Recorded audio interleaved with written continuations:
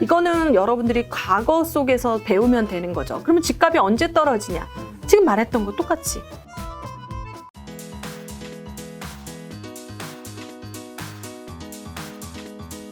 자, 그럼 서울, 경기 같은 경우 어쨌든 2023년까지는 그래도 조금 더 오를 거라 생각하시는 거잖아요. 네. 그럼 서울, 경기는 도대체 언제쯤 떨어지실 수 있는 거예요? 저는 이제 그 떨어지는 요인을 두 가지로 보면 유동성이 끝날 때. 네. 그러니까 유동성이 끝날 때가 지금 가장 기억이 나는 건 금융위기 때예요. 네. 그런데 금융위기 때 사실 떨어진 지역도 있고 떨어지지 않는 지역도 있었어요, 사실은. 지방은 안 떨어졌거든요. 그러면 두 가지가 겹치는 거죠. 그리고 집이 필요하지 않을 때. 어떤 얘기냐면 집이 넘쳐나는 거죠. 그럴 때 지금 특히 그 2008년도 같은 경우에는 제가 예전에 한번 갭 투자를 하러 다닐 때 사장님한테 서울에 제일 갭 투자가 제일 무서워하는 게 역전세거든요. 서울에 이렇게 좋은데 서울에 역전세 난 적 없죠? 그랬더니 한 번 있었다는 거예요. 2008년도에. 그래서 왜요? 마포예요, 마포. 근데 왜요? 그랬더니 잠실 입주 때문에 엘드레파. 네. 걔네들, 엘스, 리센츠, 걔네들이 재건축에서 입주할 당시였던 네. 거예요. 그래서, 아니, 근데 이렇게 먼데 이게 여파가 여기까지 와요? 그랬더니. 잠시 꽤 먼데? 근데 서울 전체적으로 그랬습니다. 그때 물량이 많았고요. 그 물량을 또 해소하는 그 과정, 그 다음에 금융위기까지 겹치다 보니까 집값이 떨어지는 거죠. 네. 이거는 여러분들이 과거 속에서 배우면 되는 거죠. 그러면 집값이 언제 떨어지냐? 지금 말했던 거 똑같이. 유동성 끝날 때. 집 많이 나올 때 이렇게 되는 거죠. 그러니까 그 순간이 되는 거죠. 유동성은 근데 끝날 때가 사실 이렇게 급격하게, 그러니까 대출 규제로 그러니까 올해 말이 그거예요. 진짜 유동성 막은 거잖아요. 그쵸. 정말 그 여파가 정말 저도 되게 많이 왔거든요. 네. 주변도 엄청 많이 오고 주택담보대출 안 나온다고 하니까 완전히 미치고 전세자금 대출 안 나오니까 월세로 가고 이렇게 되는데 사실 유동성을 이렇게 막아버리니까 이번에 주춤이 바로 유동성을 막아서 주춤인 거예요. 입주는 없었잖아요. 그래서 두 가지 요인을 여러분들이 꼭 기억하시고요. 네. 우리가 서울에서 그래프가 있어요. KB 매매 지수라고 막 이렇게 되는데, 세 번 떨어졌어요. 제일 많이 떨어졌을 때가 IMF 때 많이 떨어졌고요. 네. 서울의 집값이 또 한 번 떨어질 때가 언냐면 일기 신도시 입주 때예요. 일기 신도시. 90년, 91년, 92년. 그때. 근데 그때 중요했던 거는 뭐냐면 지금 우리는 2기 신도시가 아직도 입주하고 분양하고 쭉 가잖아요. 근데 그때는 정말 번개불에 콩고 먹듯이 정말 진짜 신기한 게 1기 신도시 입주하는 날이 거의 비슷해요. 91년부터 다다다다 해요. 91년부터 92, 93, 94 이게 진짜 많거든요. 진짜 놀라울 정도로 정말 분양이 입주가 되게 많았거든요. 저는 그 1기 신도시 입주한 그 첫 번째 그 이사 트럭이 뉴스에 나왔던 게 기억이 나요. 호흡을판. 그런데 진짜 주변에 친구들도 엄청 이사 많이 갔고요. 그래서 1기 신도시가 그때 당시에는 정말 입주가 많다 보니까 1기 신도시는 서울의 변두리, 서울 아닌 데잖아요. 그러니까 유일하게 떨어졌던 세 개의 포인트를 보면은 이 떨어지는 타이밍을 알 수가 있는 거죠. 유동성은 언제 떨어질까? 유동성과 어떻게 보면 공급일까요? 네, 공급도 이게 근데 유동성만 떨어지면 공급이 만약에 모자라더라도 어떻게 지지선이 있고 공급이 정말 많은데 유동성 폭발한다 이러면은 또 이게 조금 상승될 수 있고 그게 언제냐면 사실 그러면 둔촌전공 전에 뭐가 있냐면 헬리오시티 그리고 고덕. 근데 사실 그런 질문 진짜 많이 했었어요. 헬리오시티. 그 하락론자의 첫 영상이 헬리오시티 영상이에요. 제가 봤어요. 그래가지고 절대 떨어진다. 막 그렇게 저도 봤던 것 같아. 얘기를 하고 고덕잖아. 강동구 고덕에 고덕주공에 지금 막 분양했을 때 2018년도 일이에요. 네. 그 2018년도에 집값 떨어진다는 얘기가 진짜 많았거든요. 네. 그런데 왜 안 떨어지냐? 유동성이 너무 많았던 거예요. 유동성이 너무 많았던 거예요. 네. 그래서 그걸 지탱했던 거죠. 그리고 규제도 들어왔었어요, 사실. 어떤 규제냐면 고덕동 같은 경우에는 어떤 규제가 들어왔냐면 그때 거주를 해야지 비과세를 준다는 게 있으니까 울며 겨자 먹기로 다 입주를 한 거죠. 그랬더니 입주장이 없었어요. 입주장이라고 하는 건 주변의 시세를 흔드는 게 입주장이거든요. 근데 그게 없었던 거죠. 네. 그래서 사실 그 옛날 거를 이제 돌이켜 보면 지금이 그렇게 되면 그럴 때가 되지 않을까. 그런 생각을 하게 되는 거죠. 그게 만약에 연도로 친다면 언제쯤은 그래도 예상을 할 수 있을까요? 그러니까 유동성이 제일 예상이 안 돼요, 사실은. 그럼 뒤에 거는요? 공급 같은 경우에는 사실 지금 둔촌주공이랑 그다음에 그 전에 밀렸던 서울의 분양들이 몰리는 시기가 있을 거예요. 그리고 3기 신도시. 저는 이제 청약도 하고 재건축 재개발도 하기 때문에 어떤 공급의 측면들을 되게 많이 살펴보는데 지금 3기 신도시 같은 경우 5명의 사실 노무현 대통령 때 2기 신도시 아직까지 하고 있잖아요. 아직까지 하고 있잖아요. 그래서 사실 그런 문제도 있는 거죠. 그래서 3기 신도시가 정말 빠르게 정말 진취적으로 공급에 대해서 정말 아까 전에 번개꿀에 콩거 먹듯이 할 수 있느냐. 근데 여러 가지 안 되는 요소들이 나왔잖아요. 사실은. 그런데 이제 또 어떻게 보면은 또 될 수도 있는 노릇이기 때문에 그런 두 가지의 요소가 진짜 중요하다라고 봐요. 자, 그럼 이런 상황에서 무주택이신 분들은 내 집 마련을 그래도 2년 동안은 서울 경기 같은 경우는 좀 더 오를 것 같으니까 해야 되는 것 같긴 하네요. 해야 네. 되나요? 어떻게 생각하시죠? 해야 되는데 자신의 자산을 파악을 먼저 해야 되는 거죠. 할 수 있는지 안 하는지, 네. 감당할 수 있는지 없는지 그것도 파악해야 되는 것 같아요. 왜냐하면 금리가 지금 오르기 때문에 금리 플러스 우리는 지금 예전 같은 경우는 금리만 이제 이자만 내면 되지만 원리금 상환이라고 원금도 상환을 하기 때문에 3억 정도 대출을 내면 100에서 120만 원 정도 이제 지금 나간단 말이에요. 그러니까 자신이 얼마 정도 감당할 수 있느냐를 보는데 만약에 제가 얘가 감당이 안 되는데 조카가 만약에 집을 사기를 원한다면 저는 사라고 할 것 같아요. 왜냐하면 무슨 말이죠? 감당이 안 되는데 살러 간다면 사라고? 저는 이거를 이번 시장에서 느꼈어요. 올해 시장에서. 올해 시장에서 사실 다 아파트가 아닌 상품이 되게 유행했잖아요. 오피스텔, 뭐 지식산업센터, 그리고 상가, 꼬마 빌딩. 요즘은 지산도 책이 나오더라고요. 네, 지산책도 나오고. 저는 지산을 갖고 있는데 지산은 그냥 월세용으로 생각을 했는데 그게 아니라 사고 팔고 막 이런 거. 근데 그 상품들이 특징이 두 가지가 있어요. 세금을 지금 중과되는 아파트의 세금이 아닌 세금이 절세되는 효과. 그다음에 대출이 잘 나오는 효과. 이렇게 되는 거죠. 그런데 무주택자 보고 이거 사라고 그러면 절대 못 사요. 무섭죠. 이것도 안 해봤는데. 그러니까 저는 어떤 얘기냐면 부동산 시장에 빨리 들어와라는 얘기예요. 근데 제 조카니까 좀 위험하면 제가 어떻게든 도와주겠는데 무모하게는 할 수 없다라는 전제하에 일단 그라운드에 한번 들어와라. 빨리. 들어와라. 여기 필드에 들어와. 필드에 들어와. 야, 이거 봐. 이렇게 사고 있어, 사람들. 이거 무주택자 절대 못해, 이 상품. 이 상품 못해요. 무주택자라고 하라 그러면 간 떨리고 살 떨리고 그러니까. 그래서 지금 어떻게 사람들이 이 유동성을 가지고 요리하고 있는지 한번 구경이라도 한번 해봐. 그렇게 되는 거죠. 만약에 여러분들이 그런 무주택자 진짜 돈이 없다 이러면은 사실 이런 시장이 있다라는 것을 여러분들이 생각을 해야 되는 거죠. 오늘 방송을 듣고 이런 상품도 있었어 이러면 진짜 늦은 거고 진짜 부동산 인싸가 됐으면 좋겠다라는 얘기예요. 어차피 내 집 마련 할 거면 이쪽에서도 할 수 있는 거죠. 사실 예전에 이제 청약에 당첨이 되고자 원하는데 집을 산다면 제가 오피스텔을 추천한 적이 있었어요. 오피스텔은 청약에 당첨될 땐 괜찮으니까.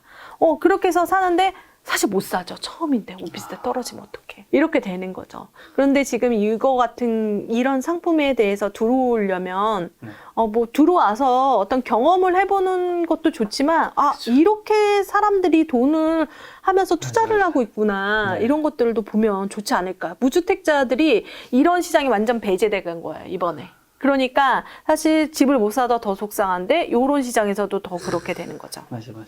저도 얼마 전에 서울에 드디어 내 집을 마련했는데 저도 처음 축하드립니다. 매매를 하면서 깨달은 바가 많아요. 네, 이거 경험해봐야 되는데. 이게 여기서 방구석에서 지금 편하게 재테크 영상 찍는 것과 그 현장의 그 긴장감. 이불 밖은 위험해 말하면서 집 밖은 위험해 말하면서 정말 이게 정말 경험이 근데 많은 분들이 정말 인맥이 장난 아니세요. 와, 도와준 사람이 짱짱해서 와, 진짜 부럽다. 그래서 인맥이라도, 그러니까 부동산 인싸는 아닌데 부동산 인싸라도 친구라도 만들어놓는 거지. 그러면 부동산 인싸 못 차면 이 유튜브 지금 김작가 TV라든지 유튜브를 보던지, 근데 저는 사실 이 유튜브 찍고 있지만 김작가 TV 말고는 유튜브가 사실 너무 자극적이거나 조회수를 위해서 하는 거잖아요. 아, 그렇죠. 저도 뭐 마찬가지죠. 아니요, 근데 좀 달라요. 결이 달라요. 제가 유일하게. 왜지? 저 영상 아니요, 자극적. 썸네일은 좀 자극적인 것 같은데. 아니야. 근데 내용 자체는 이게 지금 오는 거 보면 자극적이지도 않아요. 그런데 이제 그런 것들 이제 정말 부동산 인싸가 되기 위해서 조금은 해야 되는데, 나 굳이 나 부동산 싫어. 근데 여러분들 집에 가서 자는 데가 부동산이에요. 전세 월세라도 알아야 되는 거죠. 내년에 계약갱신돼서 비싸면 또 밀려나는 거고. 맞아. 그렇게 되는 거죠. 야, 내가 부동산을 모르면 주변에 전문가라도 꼭 친해져야 되겠더라고요. 맞아. 유튜브라도. 그래서 저도 부동산을 이제 조금 공부해서 조금 일반 사람들도 좀 알 수 있지만 거래할 때 혹시 몰라서 전문가분 한개 같이 가서 그러면 진짜 못했을 것 같아요, 진짜. 왜냐면은 이게 맞아요. 저도 마찬가지로 첫 그 계약할 때 저도 떨리고 맞아. 막 진짜 이건 누구한테 물어볼 사람이 없고 맞아. 제가 예전에 이제 태닌텍 카페라는 게 있어요. 요즘 여러분들 모를 거예요. 10억 있으면 평생 먹고 산다고 태닌텍 카페라는 게 있었어요. 그런 게 있었어요? 10년 전에 유행했던 카페예요. 그런데 그런 데에다가 괜히 글 한번 올려보고 소심하게 누구도 대답해주지 않고 그때는 정말 떨리는 마음으로 했지만 요즘엔 정보가 정말 넘쳐나죠. 그래서 정말 그 한번 자신이 전세라도 나 아까 전세가 가격이 3개잖아요. 그러면 싼 전세 어떻게 구하는지 궁금하지 않으세요?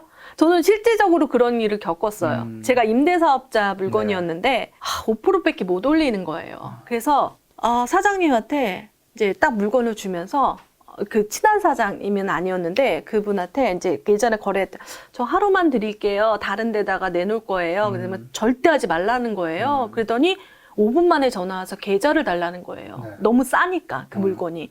그래서 제가 그 세입자분한테 이 물건을 어떻게 알고 했냐 그랬더니 자기가 싼 물건을 찾기 위해서 다 전화번호를 뿌려놨다라는 거예요. 미리. 그 노력이 있었다라는 거죠. 그럼 그분은 되게 싸게 전세를 살게 되니까 돈이 줄어든 거죠. 그러니까 부동산 인싸. 안 되더라도 부동산 인싸 이분한테 이게 막 부동산 소장님한테 다 연락을 해가지고 자기가 정말 싼 전세를 사게 된 거죠. 여러분들도 계약할 수 있어요. 맞아. 내 주변에 전문가가 없으면 어쨌든 부동산 중개사의 그 네, 일하시는 분은 그분도 전문가니까 그분한테 도움을 받을 수 있는 게 저도 제 주변에 아는 형님이 그걸 되게 잘 활용하신 게 보통 우리는 가서 그 스스로 부동산 피를 깎으려고 하잖아요. 안 돼. 그분은 가서 나 하나도 안 깎겠다. 대신 정말 괜찮은 거 나한테 가장 먼저 달라고 하더니 거기서 그 비용을 깎아서 이분한테 오히려 돈을 더 주고 하면서. 그러니까 이게 상당히 그 사람의 노력이 있었다라는 거잖아요. 그쵸. 그래서 그런 게 참 필요했던 것 같아요. 알겠습니다. 자, 무주택자는 어쨌든 내 집을 사야 된다라고 해주셨고, 자, 1주택자는 어느 지역 어느 주택으로 뭐 갈아타야 되는지, 뭐 아니면 가만히 있어야 되는지, 갈아탄다면 좀 어떻게 갈아타야 하는지. 저희 이게 숙제거든요. 저희 엄마가 이제 갈아타야 되는 거예요. 그래서 저희 언니가 이제 전화를 해서 언니네 집 근처로 이사를 했는데 언니네 집을 제가 경매로 해줬던 지역이에요. 그랬더니 언니가 그러는 거예요. 야, 경매로 사가지고 이렇게 해서 언니 옛날 방법으로 하면 절대 안 돼. 그래서 왜 안 돼? 비과세랑 안 맞아. 이거 사고 팔 때 시간차가 안 돼. 그리고 대출도 안 돼. 옛날 방식으로 하면 절대 안 돼. 그러니까 제일 중요한 건 옛날 방식으로 하면 절대 안 돼. 그러니까 이 어느 방식으로 해야 되는지. 저는 이 방법이 되게 중요한데 제가 지금 1주택자인데 지금 비과세 기간이 아직 1년 남은 거예요. 2년 보유에서 1년인데 그분은 매주 임장을 가요. 내가 알거든요. 그 사람이 갈아탈 수가 없어. 1년은 보유해야 되니까 지금 살 수도 없는데 왜 다녀요? 라고 물어봤어요. 그랬더니 미리 가서 내가 정말 그때 될 때 정말 내가 그 지식을 알고 그런 지역을 알아서 갈아타야 된다 이러는 거죠. 그러니까 미리 준비를 해야 돼요. 그러니까 우리가 보면은 공부를 할 때 선행을 하잖아요. 이거 1주택자 진짜 선행을 해야 돼요. 선행학습 해야 돼. 지역에 대한 선행학습. 지역에 대한 선행학습 선행학습을 했다면 두 번째로는 세금과 대출을 이렇게 해야 돼요. 왜냐하면 대출 같은 경우에는 지금 가장 중요한 게 규제 지역에는 6개월 이내에 전입을 안 하잖아요. 그러면은 이제 회수당하고 뭐 이렇게 되고 세금 같은 경우에도 1년 안에 이렇게 가야 되니까. 네. 그게 제일 중요한 거죠. 그래서 선행학습을 해서 자신의 지역을 선점해야 되는 거고 그 뒤에 세금이라든지 대출 부분 이제 계산을 조금 해야 되는 거죠. 근데 이번에 이제 대출 규제가 나오니까 네. 정말 조심하셔야 되고요. 대출이 나오는지 안 나오는지도 또 확인을 해야 하는 과정이 필요하죠. 그런데 이런 이도저도 힘들다. 그러면 그냥 있으세요. 뭐 굳이 옮겨. 뭐 굳이 옮겨. 아이 학군 때문에 그렇다면 좀 다른 얘기지만 네. 뭐 굳이 안 옮겨도 되는 거지. 그러니까 엄마를 이제 딱 이제 하는데 네. 그 동네에 지금 새 아파트 사는데 새 아파트가 아닌 데를 가면 힘들 것 같고 그냥 엄마 그냥 냅둬 거기에 있게 해. 언니네 집하고 뭐 얼마나 멀다고 그냥 해. 그렇게 얘기를 했거든요. 그냥 가만히 있는 것도 방법이에요. 그리고 이사를 갈 때 선행학습을 한다. 그렇게 해야 하는 거죠.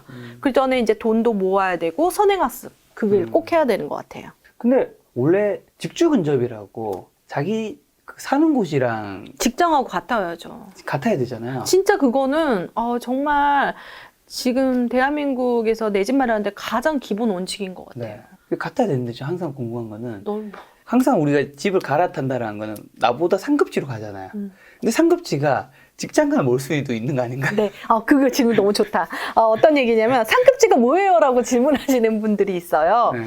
그러면 저는 이렇게 얘기를 하죠.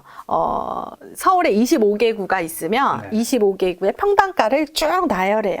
나는 그러면 12위에 있으면 9위로 가는 거, 8위로 가는 거. 그게 바로 상급지예요. 그래서 그러니까 제일 높은 데가 강남구니까 강남구를 향해서 가는 거예요, 사실은. 강남구를 향해서 가는데 네. 널뛰기 하듯이 이렇게 그 서울을 가서 서부권하고 남부권, 이게 동남권하고 이렇게 왔다 갔다 할 수 없으니까 네. 그 권역에서 또 찾아볼 수도 있는 거죠. 그리고 상급지로 가는데 멀리 간다? 그런데 거기선 또 하나가 있는 거죠. 내가 오를 만한 곳에 또 베팅을 하는 거예요. 네. 사실 지금은 조금 비싼 시장에 있는 부동산이 더 많이 오르는 효과는 있어요. 근데 예전에 그랬죠. 근데 지금은 조금 에셋 파킹이라는 의미가 커요. 안전자산.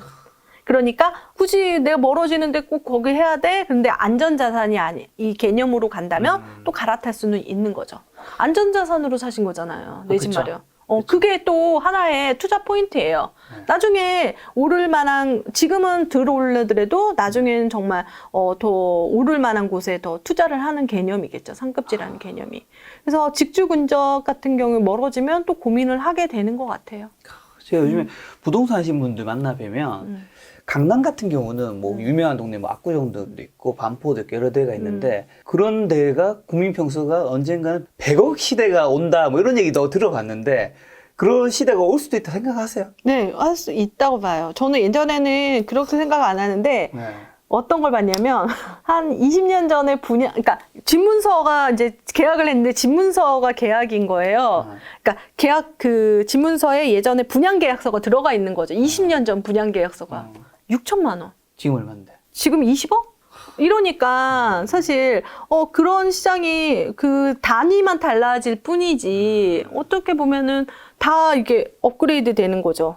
사실 걔만 그렇진 않아. 걔만 또 100억이 되진 않을 것 같아. 전체적으로 업그레이드 되는 거죠.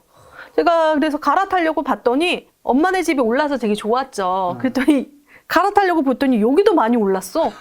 알고는 있었지만 실질적으로 봤더니 뭐야 이거 다 올랐네. 그렇게 되는 거죠. 그러니까 땅이 솟아오르듯이 다 같이 솟아올랐던 거지 100억이라는 그 숫자는 중요한 것 같지는 않아요. 그래서 그 어머니는 그러면 갈아타시는 거예요? 안 갈아타시는 거예요? 제가 이제 고민을 했죠.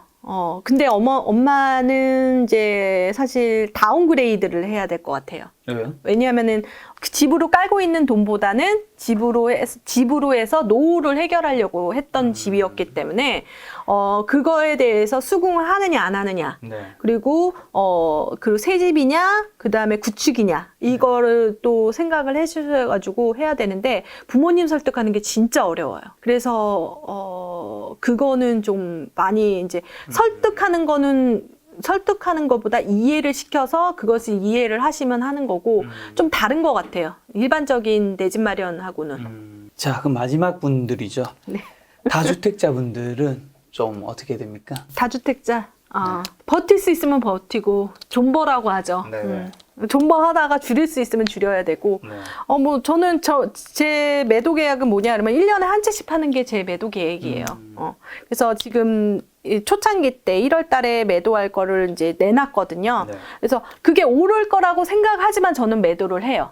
왜냐면은 어떤 자산에 대해서 포트폴리오를 이제 정해야 되는데 지금 포트폴리오 다주택자의 포트폴리오는 세금하고는 완전히 결합이 돼 있기 때문에 어떻게 보면은 종부세를 줄여야 되는 상황이거든요. 네. 그래서 그리고 또 굳이 뭐 안 팔고 계속 가져간다 그러면 지금 월세라든지 그다음에 전세로 해서 이제 돈이 들어오는 네. 그런 형국인데 그게 또 나중에 나가야 되는 돈이잖아요. 그렇기 때문에 이런 것들도 부담스럽다면 조금 정리하는 차원이 되지 않을까 그런 생각이 들어요. 그래서 지금 내년 같은 경우에는 다주택자 물량들이 많이 나오는 지역 같은 경우는 조금 힘들다.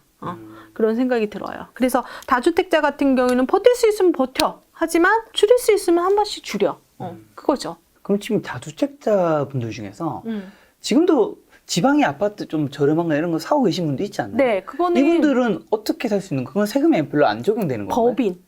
법인으로 많이 하고 있고요. 개인적으로 하는 경우는 극히 드문 것 같아요. 제 주변에서는. 근데 법인으로 하면은 그럼 법인도 종부세 나오잖아. 그런데 여러분들이 종부세 기준이 6월 1일이에요. 6월 2일 날 샀다 5월 31일 날 팔면 되잖아요. 그렇게 해서 단기 차익을 하게 됩니다. 그래서 단기 차익 한다고 그래가지고 나라에서 지금 법이 또 만들어지려고 하는 거죠. 법인의 지금 개인의 단기 차익은 70% 구간이에요. 네. 70% 내거든요. 양도 차익을. 그래서 법인 같은 경우에도 단기 수익일 때 또 과세를 한다. 그리고 아니면 취득세, 중과 1억 언더도 그냥 중과를 해버린다. 이런 두 가지가 법이 나오면 또 법인으로 매집하는 일이 별로 없어지겠죠. 네. 그러면 다른 걸 하는 거죠. 지금 말했던 오피스텔이라든지 지식산업센터라든지 생활숙박시설 같은 경우에는 사고 파는 거, 전매 제한이 없는 상품이 있거든요. 지금 우리 분양권 같은 경우는 전매 제한이 거의 되어 있기 때문에 사고 파는 게 안 되니까 또 그쪽으로도 사고 파는 거. 계속해서 투자자들은 이동을 하는 것 같아요. 저도 그렇게 투자를 했지만 요즘 같은 사람들은 진짜 빠르고 그 시장에 못 들어오면 부동산 시장에 못 들어오면 그 시장을 이해를 할 수가 없죠. 뭐 말씀 들어보니까 약간 정부는 뭔가 수사망을 좁혀가고 있고 네. 투자자분들은 요걸 피해서 빈틈으로 계속 하고 있는 듯한 느낌이? 네네. 그런데 또 한편으로는 이게 언제까지 갈까 또 이제 집값이 또 떨어지면 중과도 저도 내봤거든요. 네. 사실 박근혜 정부 때 초창기 때 중과 제도를 없앴어요. 네. 그래서 중과도 내보고 그러다가 이렇게 됐는데 또 이렇게 몇 년 안 된 거예요. 그래서 세상은 계속 변하고 있다라는 거죠. 자, 그러면 무주택자인 분들은 집을 마련하라고 하셨는데 네. 그럼에도 불구하고 이 투자 목적이 아닌 분들이 실소유자인 분이 내 집 마련 못하는 경우가 꽤 많단 네. 말이죠. 이유가 뭐라 생각하시고 그분들한테 뭔가 하시고 싶은 메시지가 좀 있다면? 못하는 이유는요. 네. 용기가 없어서. 요즘 집을 사는 건 용기로 산다 그래요. 용기로 사지 않았어요? 그렇죠. 저는 뭐 포기했습니다. 용기로 사요. 그냥 그러니까 집과 내 몸을 묶어 놓겠다 그냥. 저도 용기로 산 것 같아요. 근데 저는 무모한 용기였어요. 생각 없이 산 거죠, 네. 사실은. 근데 생각 없이 샀는데 생각 없이 사도 괜찮았던 게 저는 이제 실거주였기 때문에 저는 진짜 딱 그 케이스예요. 그래서 집 사고 입주하자마자 금융위기 터졌거든요. 집값 떨어졌어요. 근데 집값 떨어졌는데 저는 집값 떨어졌다는 게 스트레스가 아니었어요. 그냥 살고 있어서 떨어졌나 보다. 그러니까 6억까지 갔다가 제가 4억 4천에 매도를 했나? 네. 그렇지만 제가 2억인가 3억에 샀기 때문에 오르긴 올랐잖아요. 그래서 스트레스는 없었고 내가 거주의 안정까지 가져갔기 때문에 그런 게 없었는데 용기로 사야 되는 것 같아요. 그 용기 중에서 전 정말 무모했는데 여러분들은 정말 합리적인 용기가 필요하지 않을까. 여기서 집을 살 때는 사실 지역이라든지 돈에 대해서 또 생각을 해야 되는 거거든요. 근데 그 한편으로는 그래요. 지금 무주택자들 이제 이 방송은 아직도 무주택자야? 이 김작가 TV 계속 보고 있었는데 무주택자야? 어떻게 무주택자를 이렇게 유지할 수 있지? 이상의 그런 생각이 들 때가 있어요. 왜냐면 거주의 안정도 없는데, 그러면, 그래, 부모님 밑에서 사니까 뭐, 그럴 수도 있겠지만, 어떻게 보면 실수요자 같은 경우에는, 예전 같은 경우에는 그런 생각이 들었어요. 전월세랑요, 비교해가지고요, 내가 들어가는 돈이 적은 데에다 하세요. 어떨 때 전세가 쌀 때가 있으니까요. 그렇게 했는데, 지금 같은 경우에는, 실수요자잖아요. 네. 여기서 보면. 실수요자라면. 해야 되는데 쉽게 못하는 이유는 용기가 없어서 그런 것 같아요. 어떻게 보면 이 구독자분들도 이 크리에이터 따라간다고 김 작가도 내 집 마련이 너무 늦었기 때문에 근데 했잖아요. 그쵸. 어. 이제 그러면 그게 중요해요. 이제 굉장히 많은 분들이 따라가지 않을까. 하필 그런 일은 벌어지지 않겠죠. 김 작가가 서울의 최고점에 잡은. 근데 그 최고점이 저도 최고점 네. 산 적이 있었거든요. 근데 네. 이제 시간이 지나면 또 최고점은 언제나 내려오게 돼 있더라고요. 그러니까 최고점에서 그 최고점이 또 있더라고요. 근데 네. 사실 강남이 집값이 2009년에 떨어지고 나서 그 전고점이 회복될 때까지가 한 2016년, 17년까지 됐으니까 한 7년 동안에는 이 고점을 못 하는 거잖아요. 그런데 여기서 보면 내가 여기 7년 동안 살았으면요. 네. 그러면 괜찮지 않나? 제가 그랬잖아요. 네. 6억까지 갔다가 4억 4천인데 저는 살았기 때문에 그 괜찮았다라고 생각이 드는 건데, 이게 참 문제인 것 같아요. 항상 내가 고점에 사는 거 아니야? 라는, 네. 이것 때문에 못 사네요. 진짜. 그렇죠. 이것 때문에 못 사는 정 거네. 가격을 내가 아니까. 항상 그렇죠. 다들. 정 가격을 아니까. 근데 이거 기준점을 정 가격으로 놓지 말고, 이게 이제 주변 시세보다 얘가 싸다. 네. 이런 기준으로 조금 두면 조금 나을 것 같아요. 어떤 얘기냐면 주변에 비해서 여기가 왜 들어올랐지? 네. 이런 개념으로 가면 정고점이라도 여러분들이 선택할 수 있지 않을까. 어쨌든 그러면 내 집 마련할 때 당연히 대출이라든가 뭐 연끌 정말. 이런 거 해야 될 텐데 어느 정도까지 하면 좀 좋을까요? 뭐 자기가 땡길 수 있는 데까지 땡겨야 됩니까? 연끌이요. 지금 연끌을 할 수가 없어요. 요즘엔 연끌 해도 연끌이 아니라고 하죠. 연끌 아니에요. 연끌도 실력이에요. 어. 연끌도 실력이라서 연끌을 할 수가 없어요. 연끌을 할 수가 없으니까 사실 부모님의 도움이 부모님 론 네. 이렇게 해야 될 정도로 그렇게 되는데 연끌을 할 수 없기 때문에요. 연끌은 안 해도 될 것 같아요. 그냥 풀로 대출 땡겨라. 네. 본인 받을 수 있는 대로. 풀로 땡겨도 많이 못 받아요. 진짜로. 많이 못 받으니까, 그러니까 그거는 기억하셔야 되죠. 금리가 오른 거를, 네. 저도 한 7%대도 써보고 그랬거든요. 오. 그래, 나 10%도 써봤어요. 사채. 사채 써보셨어요? 네. 한번 써봤어요. 사채는 어떤 느낌이지? 그래, 느낌으로. 사채도 있더라고요. 1부 이자. 그런 것들도 그러니까 1억을 껐는데, 100만 원씩 나가나? 하여튼, 이게 얼마씩 나가니까, 이렇게 세구나라는 느낌을 알았는데, 한번 계산을 한번 해보는 것도 중요할 것 같아요. 그러니까, 맨 처음에 가계부 이렇게 쓰는 네. 경우도 있는데, 고정비하고 변동비에서 고정하고, 빼기 정말 줄일 수 있는 만큼, 그만큼의 원리금 상한, 네. 정도가, 어떻게 보면 감당할 수 있는 범위 내고, 근데 제가 그렇게 얘기를 해요.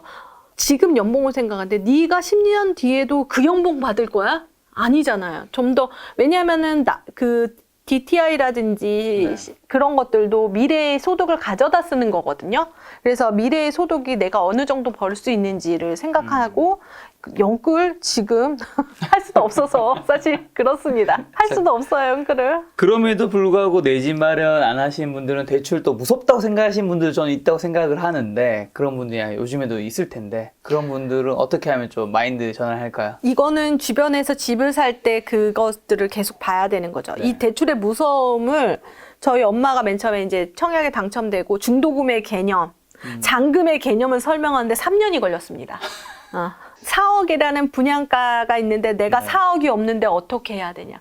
엄마 4억에서 4천만 있으면 돼. 4천만. 그러면 나머지는 어떡하냐. 중도금 대출을 그거 이자 어떡하냐 그래가지고 막 그러면서 이자 계산해서 한 달에 이거 얼마 정도 돼. 그래서 아빠 이게 감당이 되지. 그래서 나중에 이제 잔금 대출하는데 그때 전세를 냈기 때문에 그나마 그렇게 됐는데 이 대출이라는 거를 제가 수업 때도 많이 하고 그래요. 첫 번째 제가 이번에 불인이를 위한 강의를 막 준비를 하려고 기존의 수강생들을 이렇게 막 얘기해서 너희들이 제일 필요했던 게 뭐야 그랬더니 다 대출이라는 거예요. 그래서 야 이건 대출은 너무 어려운 건데 그래도 설명을 해야 된대요. 처음에 이거를 설명을 안 듣고는 안 된다라는 거예요. 그래서 대출도 공부를 해야 되는데 대출의 무서움을 벗어나기 위해서는 정말 그 대출로 투자하는 걸 직접 보는 것도 되게 중요한 것 같아요. 네. 저는 맨 처음에 경매 투자를 했을 때 저도 솔직히 되게 아는 척 하면서 막 처음인데도 막 한 채 받은 것처럼 행동하고 그랬는데 옆에 있는 친구가 그때가 90% 대출이 나올 때였어요. 3억인데 2억 7천까지 대출이 나오는 대출이 있어요. 그걸 저도 써봤는데 그걸 하고 3,000원으로 보증금에서 자기 돈이 안 들어가게 막 계산을 하는 거예요. 전 그때 배웠어요. 그러니까 옆에 있는 사람들이 이렇게 하는 거구나. 그럼 모르잖아요? 그러면 주변에 없잖아요? 그러면 등기부등본 띄워보잖아. 저희 집에 이제 이러면 수리한다고 이렇게 그 리모델링 한다고 이렇게 적어놓잖아요. 동호수가 나오잖아요. 딱 보면 동호수 나오니까 얘가 실거래가가 뜬 거야. 그러니까 매칭이라고 뜨잖아요. 동호수는 안 나오지만. 그럼 얘가 저번 달에 계약을 했구나 하고 등기부를 떼봐요. 그래서 대출이 얼마 하는지 보는 거죠. 그러면 이 사람이 3억이라는 집을 2억에 대출을 내고 1억을 가지고 이 집을 샀네. 그런 것들이 보이는 거죠, 사실은. 그러니까 실제적으로 그런 것들을 진짜 대출을 내서 어떻게 하는지를 보고 특히 KB 그 은행에 들어가면 이 아파트가 대출을 낼 수 있는 금액이 나오고 원리금 상환까지 잘 나와 있어요. 그래서 그런 것들을 한번 살펴보는 거죠. 그리고 아니면 동료들이 집을 살 때 얼마 대출을 해서 얘기를 안 해준다면 뭐 어쩔 수는 없지만 뭐 등기부 등본 같은 경우 한번 보면은 대출을 내는 게 있고 그 대출을 저는 그래서 예전에 경매 낙찰 못 받잖아요. 그거 나중에 다 등기부 등본 띄워봐요. 그래서 여기 대출 진짜 잘 냈네? 하고 그 은행에 전화해.